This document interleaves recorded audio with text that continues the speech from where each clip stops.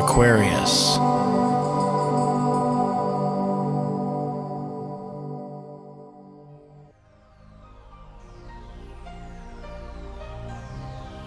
Aquarius, this is your forecast for April 2015, and yes, we had a total solar eclipse there on March 20th, and some of you might still not have gone through that eclipse yet if you're watching this video here early on in March. So you have that on the 20th. I did make a specific video just on that solar eclipse with more information. If you haven't seen it yet, you might want to go review that. But then here in April, we have another total eclipse. This time it's going to be a total lunar eclipse. This is happening on April 4th, the full moon total lunar eclipse. Now, the solar eclipse fell in your second house for money and income here in March. And the lunar eclipse, however, is going to land in your ninth house for long distance travel or communication and affiliation with people either far away or abroad. Any international connections, I feel, can come into play here. And also for you just either traveling or looking into some higher education. Now, the ninth house also rules the area of publication. So for those of you who are wanting to publish or get your articles out there, do your podcasts and so forth, all of that comes in under this area. Now, a full eclipse like that, it holds the power of like 3 full moons. So what it's doing, it's actually setting you up for new beginnings, like onto that super highway, okay? But in order to get to that new area, we have to close a certain door behind us. But trust and rest assured that the universe will only close whatever doors that need to be closed, so you're not leaking energy into the past, whereas the universe is wanting to beam you ahead on this beam of light. So it should be exciting. It's in the sign of Libra at 14 degrees. Libra is all about harmony and balance and beauty and love, right? So some of that may come in here, those things that you love and desire. Pay attention to whatever planets you have at 14 degrees in any other part of your chart, because that total eclipse will also be triggering off on those areas, and that will give you more insight as to what you can come to expect. Now, normally they say it takes a month, a full month and a day for the eclipse to bring to you in full manifestation actually what it's trying to set you up for. So by May, you should absolutely know and see the consequences of it, just like April now will bring to you here towards the end of the month what that total solar eclipse did for you there in March.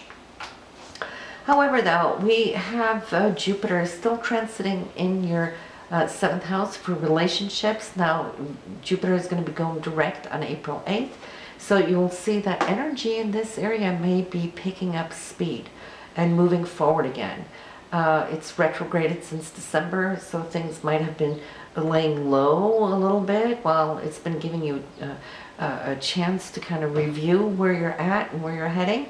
So this is good. It's very playful in the sign of Leo, and so your relationships should turn a little bit more playful now that Jupiter is turning back on. But the full focus of this month is communication, short distance travel, interaction with people in your closer community.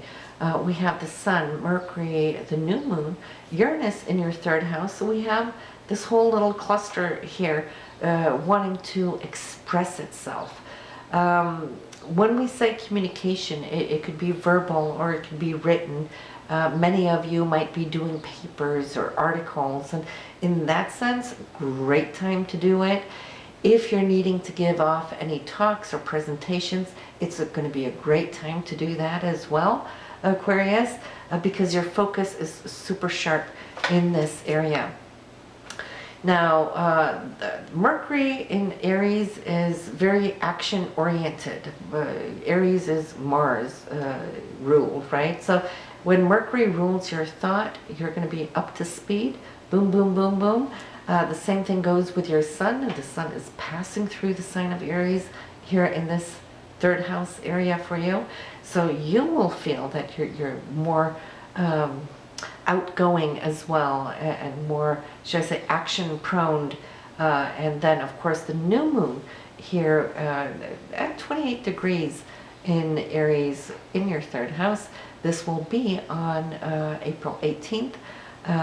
That's the time that we always put down our intentions.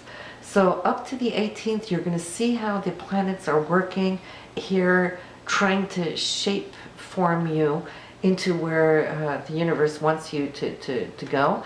And so by the 18th, you should pretty much have a good feel on how well this feels. And you want to put down your intentions here, since it's going to take a full year before that new moon will revisit this area. And of course, since it's the new moon, it's time to write your abundance check to yourself. And so for those of you who do it, remember the 18th, circle that in on your calendar. And for those of you who don't know how to write your abundance check, I do have on my newsletter here coming up how to write it out to yourself and how this abundance check works to magnetize and bring to you more money at the end of the month or the end of this new moon cycle. We have Venus and Mars in your fourth house here, Aquarius, and Venus is love and it's romance.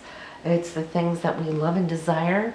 It being in the fourth house is the area of home and family and property, where you live, how you live. Venus might want to beautify it more and express itself through your home domain. So there might be wanting to purchase perhaps something new for the home. Mars is there as well. 0 degrees here, April 1st, moving into this area. And Mars is the shaker and the mover and the doer and the fixer. So there might be some repairs that you might want to catch up on after the long winter. And at least Venus is going to have that support from Mars to implement those changes that you would like to see happen. It's also more interaction with your family at large, whether this is your core family, the family you've created, or the family you're coming from. Either way, there will be more visitations, I feel, here in April. We have Neptune in your second house on a long transit. So that's still working. It's still calling you, okay, calling you to the area of your income sector.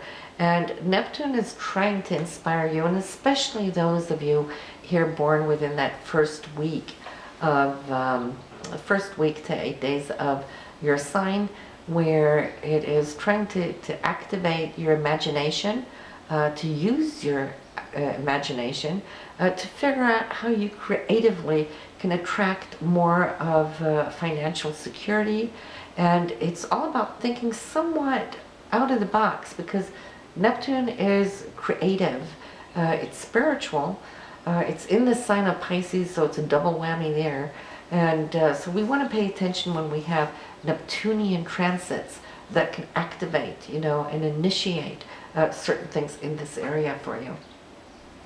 Pluto, also on a very long transit, still in your 12th house, so subconsciously and also on your higher consciousness level, Pluto's trying to transform you from the inside out.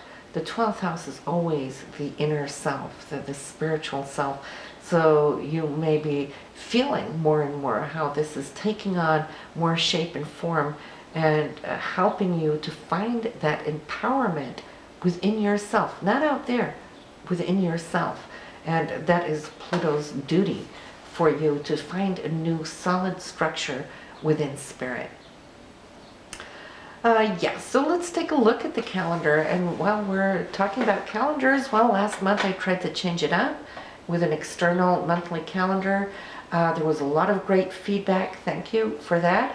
And then there was also feedback that a lot of you still wanted it inside the video. So I'm going to put it back in there. And I will still have an external one so that both groups are happy. And then the external log can be an easy go-to throughout the month if you want to go back and recheck it for certain dates. However, though, let's start here April 2nd. We have Mercury in a very good alignment with Saturn. And Saturn is, in fact, your ancient ruler here. So Mercury being your thought processing ability, your communication skills, the way you think, and Mercury is always linear in our day-to-day thinking. Well, this communication you're going to have with Saturn, this can be your own inner sense of authority, wanting to speak, communicate something, which, by the way, is going to be received really, really well because it's a trine. But it could also be you speaking or having a conversation with somebody who represents authority for you. Either way here, I'm feeling there's such a balance and there's such a clarity and such a soberness in what you're sharing that it's going to be greatly received. To support you on this day, we have the Sun and Jupiter also in a very harmonious aspect. The Sun being you and how you radiate. And what are you radiating? You're radiating Jupiter, which has to do with hope and faith and optimism. You're coming across there with an abundant energy of that whatever it is you're presenting at this time can't be resisted from whoever is listening. Now, we can turn it around and say something irresistible may be coming your way as far as an offer too, and it's solid because Saturn's going to make sure it's solid, okay? Now on the 4th, we have that total lunar eclipse that we spoke about. On the 5th, there might be a little hiccup in the matrix. So this is the Sun and Pluto squaring off on each other. You might feel a little like, oh, now what? Okay, the Sun is you and then Pluto here representing a challenge. But challenges don't need to be negative. Challenges could also just be a dynamic energy now that wants to really push itself forward. And I'm thinking with the good news you just received that this is that push through, that finally now something is bursting at the seams, coming out. Because on the 6th we have Mercury and Jupiter. Again, your communication, news coming to you. That's Jupiter inspired with a trine. So that should be awesome. And it might just come with an extra surprise because on this day, the Sun and Uranus is conjunct, meaning they're side by side in the sky, and the Sun only visits Uranus by conjunction one day a year, and it always initiates a new cycle. So some surprising event, but it could be you surprising somebody around you as well with that good news that Mercury brought to you from Jupiter. This is April 6th. On the 7th and 8th, you might have a little review of, okay, I know where I was, now I'm heading here, how do I do this? That kind of thing. Mercury thinks, and sometimes Mercury may tend to overthink because it's wanting to know where it's at, right? That's just a human factor that we have. Now, what it's squaring off on is change and transformation. It's squaring off on Uranus, like here we go with change. Pluto, that's going to transform you. You know where you were, you don't know quite yet where you're heading. So that might give you a little day or two to reflect upon things, but just be the observer, not necessarily the participant here these days, because there's more good news coming in to support you and secure you as you're making your decisions. On the 8th, this is at the same time where you're kind of making your choices or decisions. Jupiter, the bearer of good news and great fortune, is going direct, okay? And it brings with it abundance. So it's been asleep since they're in December. So now when she picks up energy, you can expect things to move forward in your own life. And Jupiter for you is in your 7th house for relationships. Now, so naturally this can really reflect well on your personal relationships with your significant other, your spouse, or also with those people that you work very tightly with, one-on-one.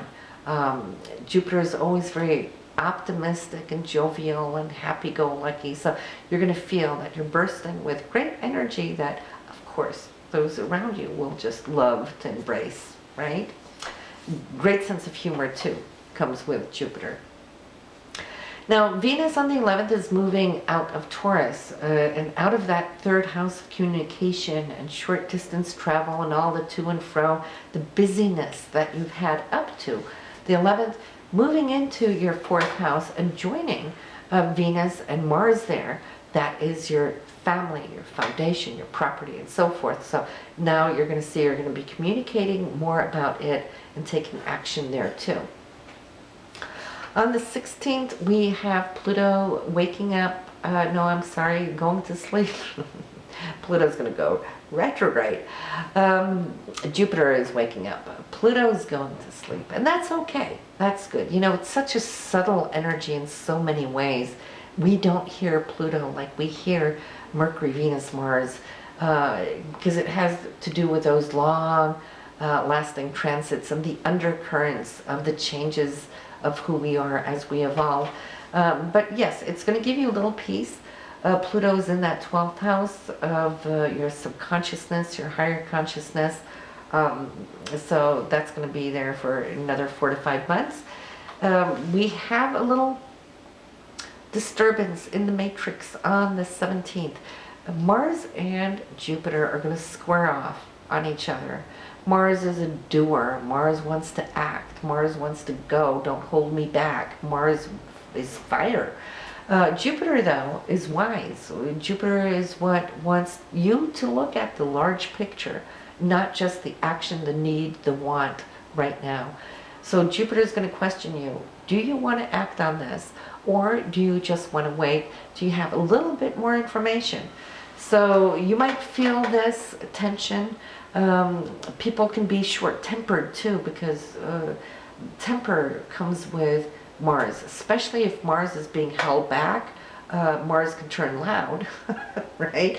It doesn't want to be held back. So you might feel that that can grow within you here on this day, or somebody around you might be a little short-tempered, but that is also passing relatively quick. On the 18th here, Aquarius, we have the new moon here, as we said, in your third house. That's the day of writing your abundance check and also putting down your intentions for the coming year. And on the 19th, maybe another hiccup, just like Mars squared off on Jupiter. Well, Venus right now is squaring off on Neptune. Now, Neptune is our hopes and dreams and our expectations, and that's in your second house for money. And since Venus right now is in your fourth house, well, maybe something is turning out more expensive than what you had figured as far as what you want to buy, if there's new appliances or whatever you want to go and fix up the home domain with. But even this shall pass. Or maybe somebody can't come and service if you had counted on it. But think about any situation between home and money on this day. So it's not that big of a disaster. The 21st, though, and 22nd, Aquarius, Mars action, now aligning itself. It was frustrated on the 17th, but here we go. On the 21st, your desire and your goal is now being supported by Pluto. Put those two together in a trine, in a harmonious aspect, my goodness. There's nothing that can hold you back from doing what you decide to do on this day, because there's tons of passion to get whatever needs to be done, done.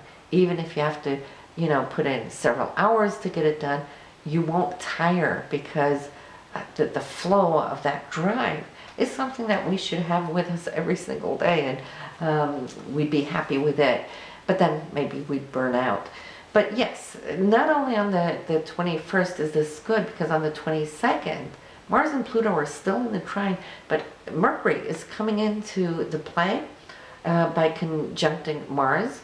So that's communication, it's action, it's transformation, and all of this now is going to really put up the power. And again, it has to do with what you're working on in your own inner foundation spiritually.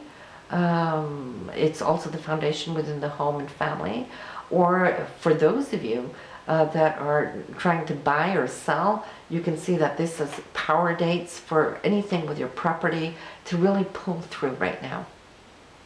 On the 26th, Venus and Uranus are now here in a beautiful sextile, and I really love that though, because Venus is love, it's romance, and Uranus is always about excitement and the unexpected. So especially when they're in a great aspect, you can expect good things to come here. So an exciting night for you and your partner.